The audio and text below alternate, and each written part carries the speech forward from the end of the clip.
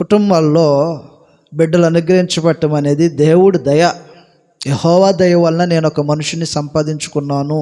ఆదికాండం 4వ అధ్యాయం 1వ వచనంలో ఒక స్త్రీ మాట్లాడినటువంటి మాట ఇది.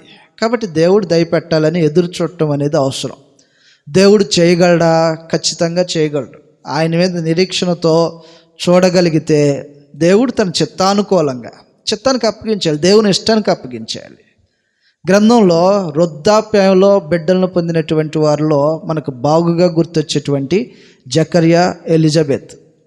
లోకసువార్త 1వ అధ్యాయం 4-5 వచనాల్లో చాలా వృద్ధులైపోయారంట, ముసలితనానికి వచ్చారు. ముసలితనంలో బిడ్డలను కన్నటువంటి వారుగా ఉన్నారు. కాబట్టి దేవుని వైపు ఎదురు చూడండి. దేవుడు మాత్రమే ఇవ్వగలడని ఎదురు చూడండి. ఎటువైపు అంటే అటువైపు ఉరకకూడదు.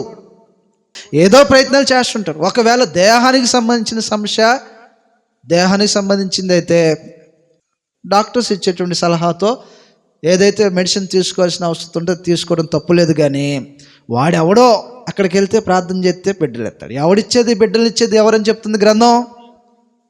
యెహోవా ఇచ్చేటువంటి బహుమానం అని గ్రంథం చెప్తుంటే వారెవరో ఇచ్చేది.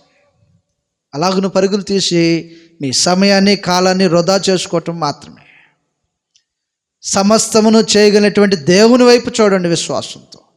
మీకు బిడ్డలు కలగాలి, మేము మనస్ఫూర్తి కోరుకుంటున్నాం, ప్రార్థన చేస్తున్నాము. ఆయా స్థలాల్లో ఉన్నటువంటి వారు మాకు రిక్వెస్ట్ పంపించారు.